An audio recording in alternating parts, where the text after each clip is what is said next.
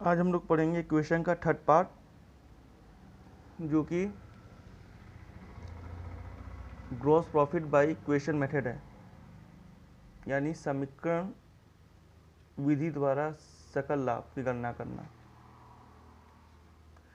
ये कुछ फॉर्मूला आप लगता है, जिसकी फॉर्मूला है जैसे कुछ यहाँ सामने पड़ी हुई है। Gross profit is equal to net sale minus cost of goods sold.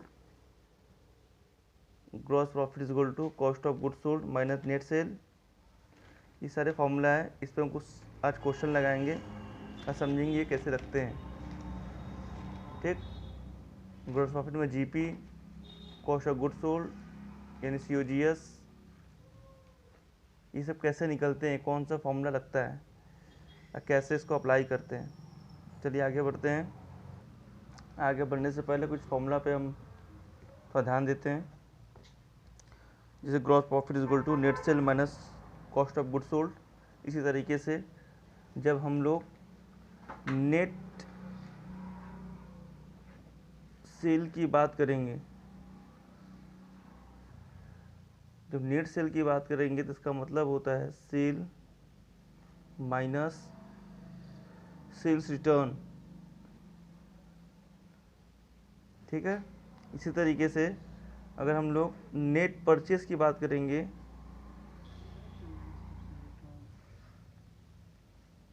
इसका मतलब होता है purchase minus purchase return.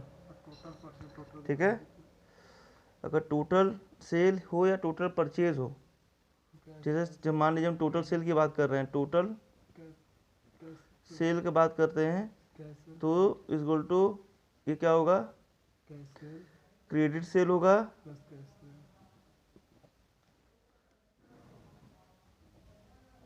Credit sale plus cash cell होगा, ये टोटल सेल होता है। इसी तरह टोटल परचेज लिखेंगे तो credit purchase plus cash purchase दोनों जोड़ेंगे। ठीक है, अच्छा कभी कभी सवाल में दे देता है कि क्रेडिट सेल निकालिए या क्रेडिट परचेज निकालिए, जैसे यहाँ पर दिया है क्रेडिट सेल निकालिए, पूछ लिया तो वही इक्वेशन बन जाएगा। जैसे मान लीजिए सपोज करिए, अगर इसको सवाल बना दिया जाए कि हमको इन्फॉर्मेशन दिया हुआ है कि टोटल सेल 1 लाख है। ठीक है, क्रेडिट सेल पता करना है, इसको एक्स मान लेंगे। ठीक है, और कैश सेल दिया हुआ है 40,000।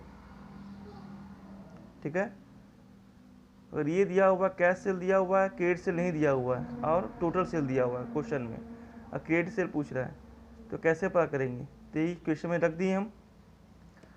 अब से क्या करेंगे, ये एक्स यहीं छोड़ देंगे।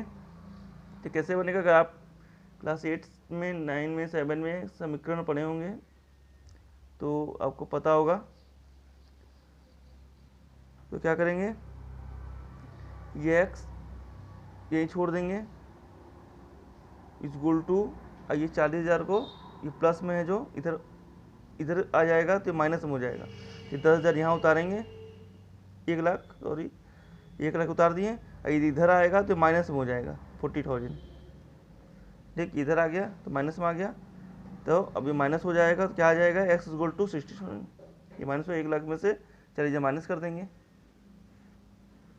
ठीक है, ये इधर आ जाएगा तो माइनस में हो जाएगा, ये 1 लाख में उतार देंगे, तो इसमें माइनस करेंगे, 1 लाख से 40,000 60,000 आ जाएगा, यानी आ जाएगा एक्स इक्वल टू 60,000। ये हो जाएगा क्रेडिट सेल आ जाएगा। ये एक्स का मान क्या था, क्रेडिट सेल था, तो X credit sale equal to क्या आ जाएगा 60,000। इस तरीके से अगर ये नहीं दिया है तो ये निकाल लिए हम, या ये अगर नहीं दिया हुआ है कैश सेल और सब कुछ का इन्फॉर्मेशन दिया हुआ है तो कैश सेल भी निकाल लेंगे इसी तरीके एक्स मान के। ठीक, इसी तरीके से परचेज में भी, परचेज अगर देता है, परचेज में क्रेडिट परचेज पूछ लेता है, तब भी मिस्टर रखेंगे हम। ठीक है, अब कंज्यूमेबल स्टोर जानते हैं। कंज्यूमेबल स्टोर क्या होता है,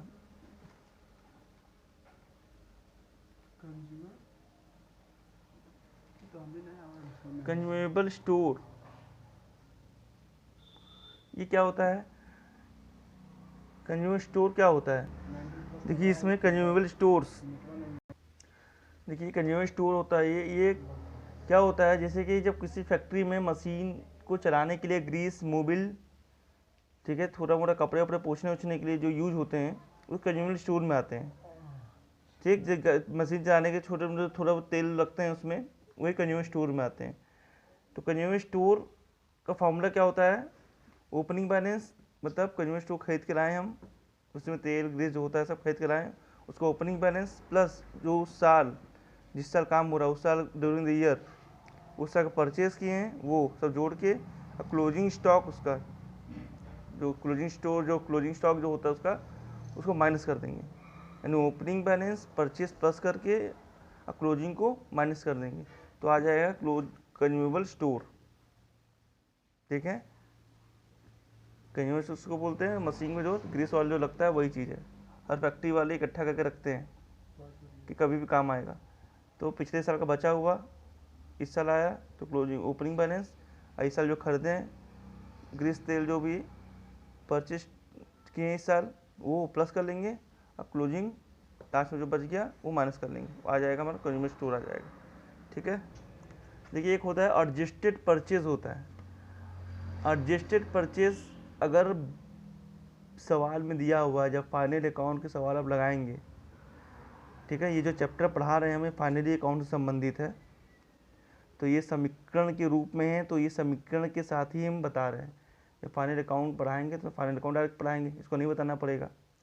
तो जब फाइनल अकाउंट पढ़ाएंगे तो ट्रायल बैलेंस में अगर एडजस्टेड परचेज दिया हो तो ओपनिंग स्टॉक, परचेज और क्लोजिंग स्टॉक अगर दिया है तो उसको ध्यान नहीं देंगे, छोड़ देंगे उसको। कितने लोग ये गलती करते हैं, opening stock, purchase, closing stock को भी लिख लेते हैं एडजस्टेड परचेज के साथ। नहीं, अगर दिया हुआ ट्रायल बैलेंस में एडजस्टेड परचेज या संयोजित क्रय उसको बोलते हैं हिंदी में, अगर दिया है तो हम ओपनिंग स्टॉक नहीं लेंगे, ना परचेज लेंगे, ठीक, और ना क्लोजिंग स्टॉक लेंगे।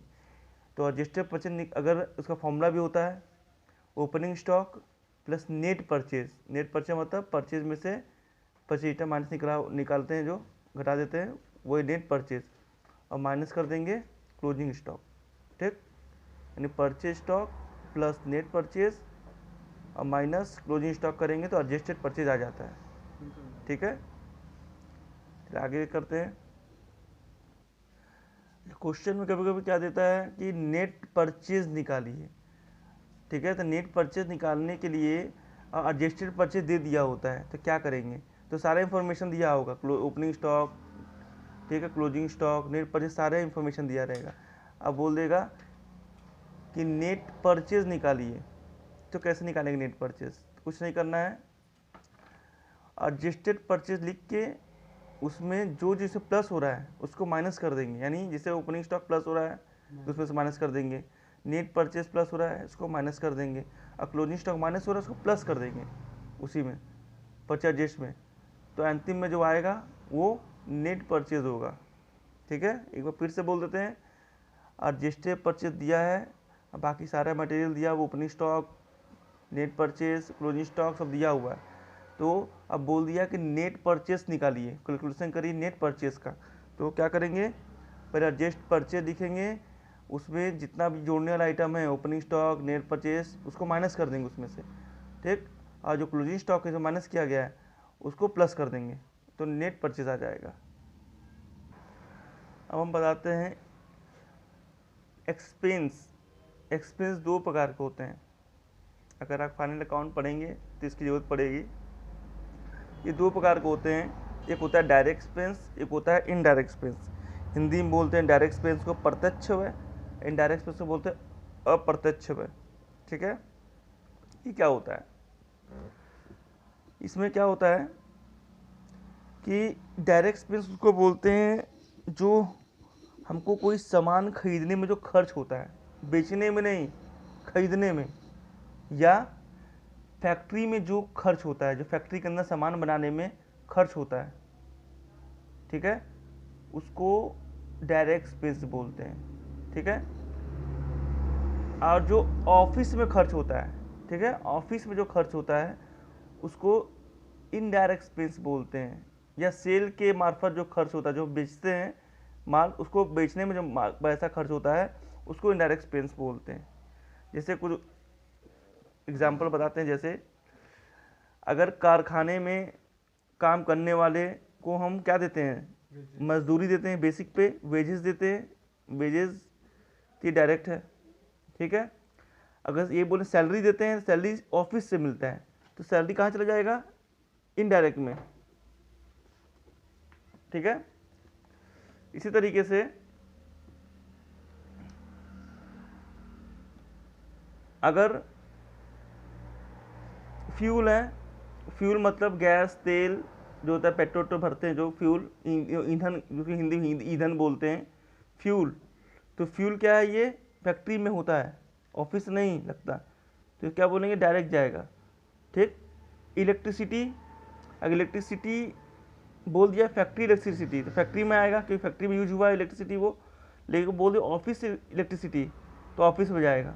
हाँ, अगर इलेक्ट्रिसिटी बोला, सिर्फ कुछ नहीं बोला, सिर्फ इलेक्ट्रिसिटी बोला है, बिजली, तो वो सीधे ऑफिस में जाएगा, यानी इनडायरेक्ट में जाएगा, ठीक है। इंटरेस्ट हुआ, ये ऑफिशियल है, बैंक से संबंधित है, या कैश, इंटरेस्ट जाता है हमेशा इनडायरेक्ट ही जाता है। इंटरेस्ट हुआ, बैड डेब्ट्स हुआ, ठीक है, इंश्योरेंस हुआ, ये सब ऑफिशियल है, ये सब इनडायरेक्ट में जाएगा। क्योंकि वेजेस हुआ, फ्यूल हुआ, ठीक है, और कारखाना का प्रकाश हुआ, फैक्ट्री लाइटिंग अभी बताए हम, धुलाई हुआ, ठीक है, कैरिज इनवर्ड हुआ, ये सब क्या है, डायरेक्ट है। कैरिज आउटवर्ड होता है, वो इनडायरेक्ट होता है, ठीक है। बस इतना बस याद रखिए कि जो फैक्ट्री के अंदर खर्च होते हैं वो डायरेक्ट एक्सपेंस होते हैं, और जो फैक्ट्री के बाहर है, जो ऑफिस से खर्च होते हैं, वो इनडायरेक्ट होते हैं, ठीक है। बाकी बुक में जब पढ़ेंगे तो आपको आराम से समझ में आ जाएगा, इस कॉन्सेप्ट के साथ चलेंगे तो आराम से समझ में आ जाएगा, ठीक है। जैसे कार्यालय के किराया, किराया क्या होता है, ये ऑफिस से दिया जाता है, ठीक है। फिर उसके बाद अधिकार शुल्क, ये फैक्ट्री पे ही होता है, ये डायरेक्ट होता है। ये रॉयल्टी जब डायरेक्ट एक्सपेंस कब जाता है, जब ये आउटपुट के आधार पे इसको कैलकुलेशन करते हैं, ठीक है। या रॉयल्टी दिया है सिर्फ, तो ये ट्रेडिंग में जाएगा, यानी डायरेक्ट में जाएगा, डायरेक्ट एक्सपेंस में जाएगा। लेकिन सेल के आधार पे वो कैलकुलेशन करेंगे रॉयल्टी का, तो वो इनडायरेक्ट में चला जाता है, ठीक है, उसको दिया रहेगा। अब बहुत सा और कुछ भी आते हैं, जैसे एक्साइज ड्यूटी आता है, हाँ, उत्पाद शुल्क उसको बोलते हैं, स्टोर्स आता है, पैकेजिंग, ये सब क्या है, ट्रेडिंग में आता है, यानी डायरेक्ट एक्सपेंस होता है ये, ठीक है। अब इसके बाद बोल दिया कि सेल पे खर्च हुआ, सेलिंग एक्सपेंस, ये सब इनडायरेक्ट होता है। और अब करते हैं हम लोग कैलकुलेशन ऑफ जीपी, यानी ग्रॉस प्रॉफिट। ग्रॉस प्रॉफिट कैसे लाएंगे, तो सिंपल सी बात है, पहले हमको ट्रेडिंग अकाउंट बनाना पड़ेगा, ठीक है। तो ये ट्रेडिंग अकाउंट बनाएंगे। ट्रेडिंग अकाउंट क्यों बनाते हैं, ये जीपी ही जानने के लिए बनाते हैं। ट्रेडिंग अकाउंट क्यों बनाते हैं, जीपी जानने के लिए, ग्रॉस प्रॉफिट जानने के लिए ट्रेडिंग अकाउंट बनाया जाता है। हिंदी में बोलते हैं व्यापारिक खाता, और जीपी ग्रॉस प्रॉफिट ने सकल लाभ उसको बोलते हैं, ठीक। सकल लाभ निकालना है हमको, तो कैसे निकालेंगे, एक क्वेश्चन करते हैं, उसे समझ में आएगा कैसे निकालते हैं। इसमें देखिए क्वेश्चन दिया हुआ है, 31 मार्च 2013 को हरियाणा हैंडलूम की पुस्तक में दिए गए निम्नलिखित शेषों को बेचे गए माल की लागत और सकल लाभ निकालें। यानी बेचे गए माल की लागत यानी कॉस्ट ऑफ गुड्स सोल्ड निकालना है, और क्या निकालना है, सकल लाभ यानी ग्रॉस प्रॉफिट निकालना है, दो चीज निकालना है, ठीक। बेचे गए माल की लागत यानी कॉस्ट ऑफ गुड्स सोल्ड, इसको शॉर्ट में बोलते हैं COGS, cost of goods sold को COGS बोलते हैं, और ग्रॉस प्रॉफिट को GP बोलते हैं शॉर्ट में, ठीक। इसके देखिए कैसे निकालते हैं। प्रारंभिक रहतिया यानी ओपनिंग स्टॉक दिया है 1 लाख, शुद्ध क्रय यानी नेट परचेज दिया है 20 लाख, और डायरेक्ट एक्सपेंस यानी प्रत्यक्ष व्यय 50,000, और वर्ष भर की शुद्ध बिक्री यानी पूरे वर्ष की नेट सेल दिया हुआ है 30 लाख, और क्लोजिंग स्टॉक यानी अंतिम रहतिया दिया है 1.5 लाख। ये पूरा इंफॉर्मेशन दिया हुआ है, इससे हमको निकालना है, ठीक है। चलिए काम करते हैं, आगे लगाते हैं। ठीक, ये जीपी निकालने के लिए ये कैलकुलेशन किया हुआ है, ठीक है। Net cell less opening stock, ये अपने तरीके से किया हुआ है बुक में, हम आपको इससे आसान तरीका बताते हैं कैसे करना है, और जो वही काम आप सीख लेंगे ट्रेडिंग अकाउंट बनाना सीख लेंगे, ठीक है। पहले इसमें आएगा ओपनिंग स्टॉक। तो ओपनिंग स्टॉक पे लिखेंगे, क्योंकि ट्रेडिंग अकाउंट लगा इस तरीके से, इस फॉर्मेट पे लगाना है हम लोग को, इस फॉर्मेट पे डेबिट और क्रेडिट ऐसा लाइन खींचेंगे लेजर वाला, ठीक है, ट्रेडिंग अकाउंट खोलेंगे। ये आसान होता है। आगे वाले सवाल में जब आप फाइनल अकाउंट अब चालू कर दिए, फाइनल अकाउंट पहला दिन है, तो अब आगे जो भी सवाल लगेगा फाइनल अकाउंट का, जो ट्रेडिंग अकाउंट, पीएल अकाउंट, ठीक है, बनाएंगे हम लोग। फाइनल अकाउंट मतलब क्या होता है, ट्रेडिंग अकाउंट, पीएल अकाउंट और बैलेंस शीट, 3 चीज़ होता है। तो ये भी शुरुआती चरण है, तो इसीलिए भी धीरे धीरे सीखेंगे हम लोग। तो पहले आप ट्रेडिंग अकाउंट बना सीखते हैं हम लोग। तो ट्रेडिंग अकाउंट ऐसे बनता है। तो ट्रेडिंग अकाउंट पहला क्या जाता है, ओपनिंग स्टॉक। आप बुक भी अपना देखेंगे तो बुक में पूरा तरीके से बना कर दिया होता है। इस वीडियो को देखने के बाद आपको अच्छी तरीके से आ जाएगा। तो ये है ओपनिंग स्टॉक।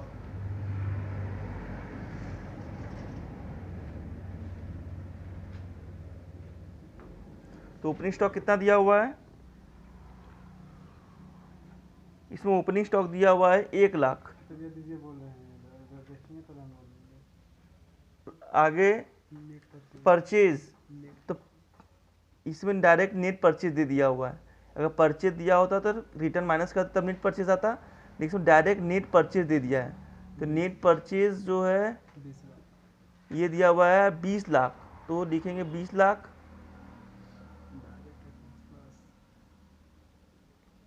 ठीक। फिर डायरेक्ट एक्सपेंस आ जाएगा। डायरेक्ट एक्सपेंस 50,000 है, ठीक है। इसमें देखिए याद रखिएगा, ट्रेडिंग अकाउंट में क्या आता है, स्टॉक आता है, ओपनिंग स्टॉक, परचेज रिटर्न करेंगे, रिटर्न दिया नेट पर डायरेक्ट दे दिया है तो रिटर्न करने की जरूरत ही नहीं है, ठीक। फिर डायरेक्ट एक्सपेंस आता है। डायरेक्ट एक्सपेंस में बहुत कुछ वही बोल रहे, डायरेक्ट में क्या क्या आता है, तो आपको सवाल में बहुत कुछ दिया रहेगा। डायरेक्ट एक्सपेंस पे वेजेस दिया होगा, कैरेज दिया होगा, फ्यूल दिया होगा, ठीक है। तो करते आदत पड़ जाएगा, आपको बुक में पूरा फॉर्मेट दिया होता है क्या क्या जाता है, ठीक है। डायरेक्ट में ये अलग अलग दे सकता है। हालांकि इस सवाल में डायरेक्ट दे दिया, डायरेक्ट एक्सपेंस सीधे बोल दिया है, तो आपको करना पड़ा ऐसे। फिर होगा आप आइए बाई में। बाई में आता है आपका सेल आता है और क्लोजिंग स्टॉक। सेल कितना दिया हुआ है, देखिए इसमें नेट सेल डायरेक्ट दिया हुआ है। तो नेट सेल कितना है, 30 लाख दिया हुआ है नेट सेल, ठीक। उसके बाद इसमें आता है क्लोजिंग स्टॉक। क्लोजिंग स्टॉक कितना है, 1.5 लाख। क्लोजिंग स्टॉक दिया हुआ है 1.5 लाख, ठीक है। ये पूरा आ गया, अब कुछ नहीं बचा। इधर सिर्फ सेल आता है, क्लोजिंग स्टॉक आता है। अब बाकी एक आध चीज़ और आता है जो आगे चल के बताएंगे हम, और कुछ नहीं आता है, नॉर्मली इतना कुछ आता है, ठीक है। तो इसको आप देखते हैं, इसको टोटल करते हैं, माइनस करते हैं। तो दोनों तरफ का टोटल करेंगे हम लोग, दोनों तरफ का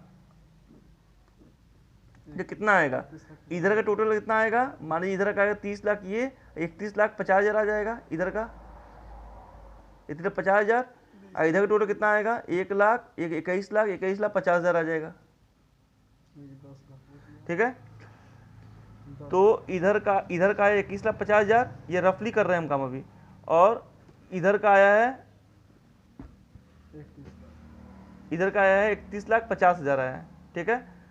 अब क्या करेंगे, इसको इसमें से माइनस करेंगे। तो 31,50,000 में से 21,50,000 घटाएंगे तो बचेगा 10 लाख, ठीक है। 10 लाख बच जाएगा। तो 10 लाख जो बचेगा वो जीपी, यही जीपी आंसर आ जाएगा। तो जब बताएं कि आंसर कहाँ लिखा जाता है, ये दोनों में से लेजर में बता चुके हैं ये सब चीज़ें, तरीका हम जिधर कम है उधर ही आंसर आता था। कम किधर था, 21,50,000 कम है, 31,50,000 इधर आया हुआ है, ये ज़्यादा है तो कम इसी तरह इसी साइड आंसर आएगा। तो 2 जीपी कितना आएगा, 10 लाख, ठीक है। ये 10 लाख आ जाएगा। इधर क्या भरेंगे, अब टोटल करेंगे तो दोनों तरफ 31,50,000 आएगा,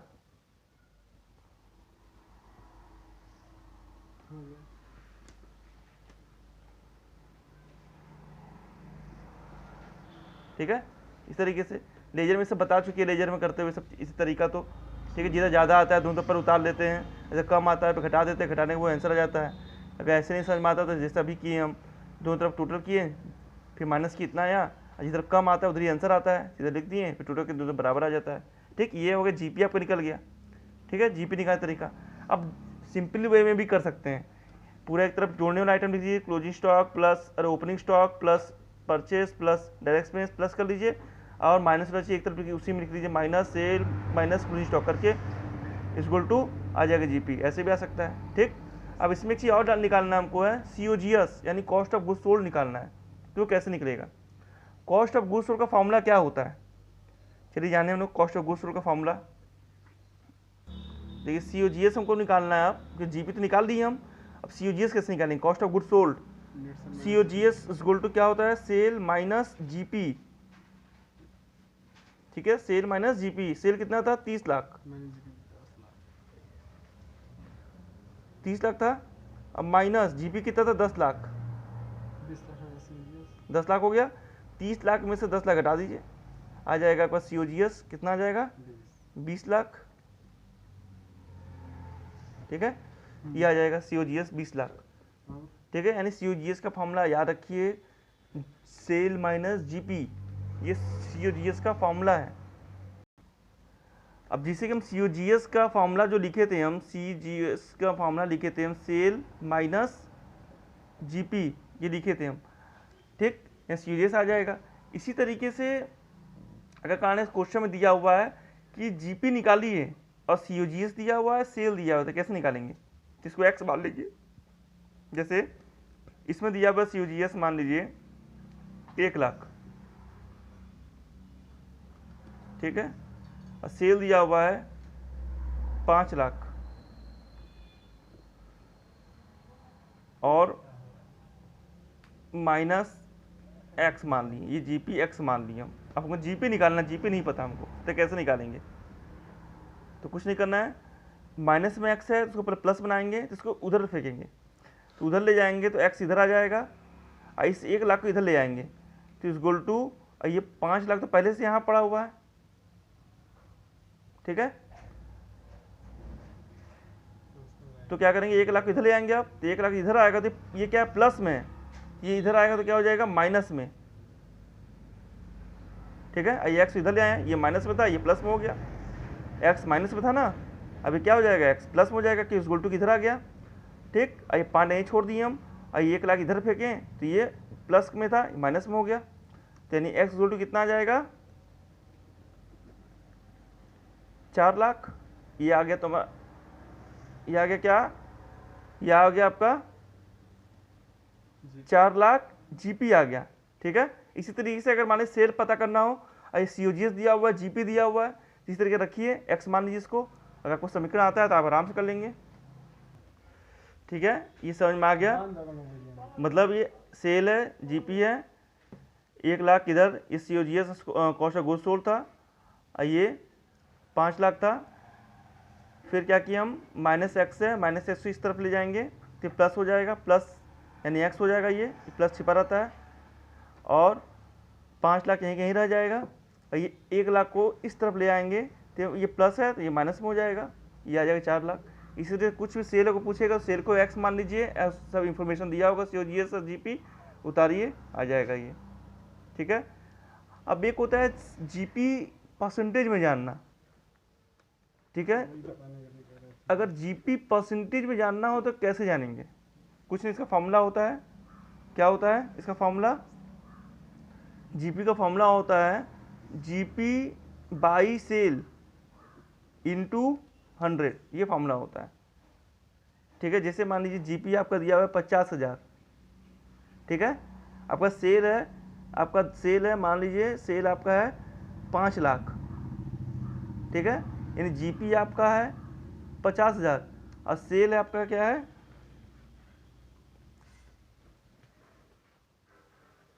ठीक है, जीपी है 50,000 और सेल आपका है 5 लाख, तो कैसे निकालेंगे?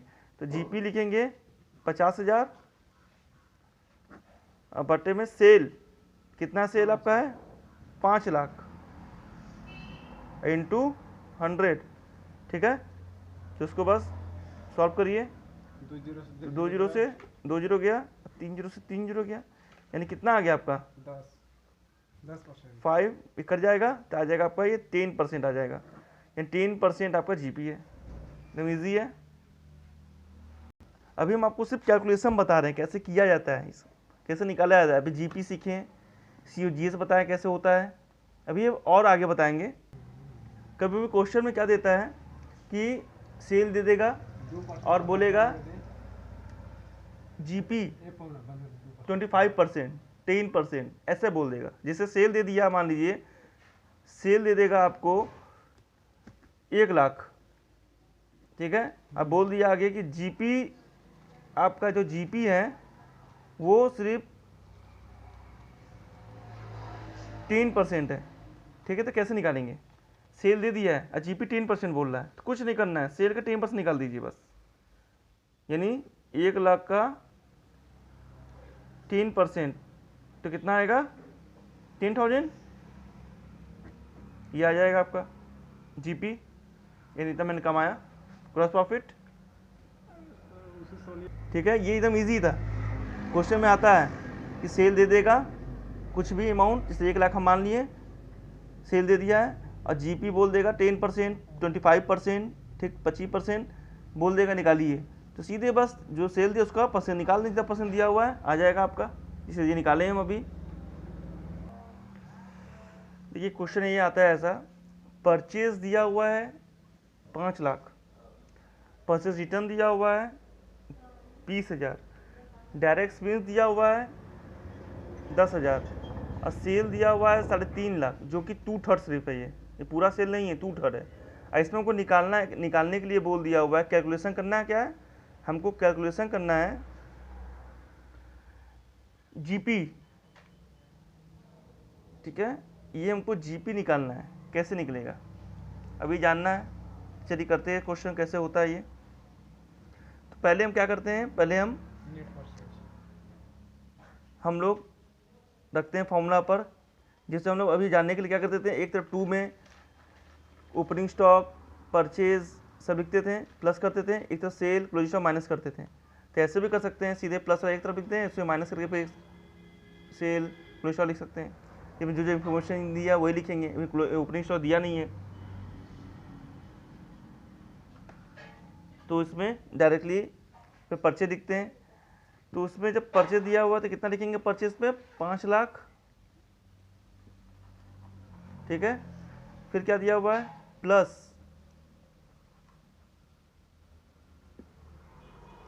सॉरी इसमें परचेज रिटर्न भी दिया हुआ है, तो परचेज रिटर्न माइनस कर लेते हैं हम। तो परचेज रिटर्न कितना दिया हुआ है, 20,000, तो कितना आएगा ये, 4,80,000, ठीक है। अब इसमें क्या दिया हुआ है, डायरेक्ट एक्सपेंस, तो डायरेक्ट एक्सपेंस क्या होता है, जुड़ता है प्लस होता है, तो प्लस कर देंगे। डायरेक्ट एक्सपेंस कितना दिया हुआ है, 10,000, तो हो जाएगा 4,90,000, ठीक है। ये 4,90,000 आ गया। अब इसमें माइनस क्या करते हैं, क्लोजिंग स्टॉक, सेल, ये सब माइनस करते हैं। इसे हालांकि क्लोजिंग स्टॉक दिया ही नहीं है, जब क्लोजिंग स्टॉक दिया नहीं तो छोड़ देंगे इसको। क्या दिया हुआ है, इसमें दिया हुआ सेल, सेल दिया हुआ है 3.5 लाख, वो भी 2/3 दिया हुआ है, ठीक है। तो ये जो दिया ये तो पूरा दिया हुआ है, इसको पहले 2/3 निकालेंगे, फिर इसको भी बराबर करें, 2/3 निकाल दें, तो 4,90,000 जो दिया हुआ है 2/3 निकालेंगे इसका, तो कितना आएगा, देखिए कैलकुलेशन की हम, 3 आया, 4,90,000 2/3 निकाल, 3,26,667 आएगा, ठीक है। यहाँ 6 आएगा, देखिए राउंड फिगर ले लिए 7, ठीक है। 3,26,667 ये आ गया, यानी अभी 2/3 के बराबर ये भी हो गया, ठीक है। अब सेल माइनस कर सकते हैं इसमें से हम, तो इसमें से सेल माइनस करेंगे तो सेल कितना दिया हुआ, 2/3 सेल दिया हुआ 3,50,000,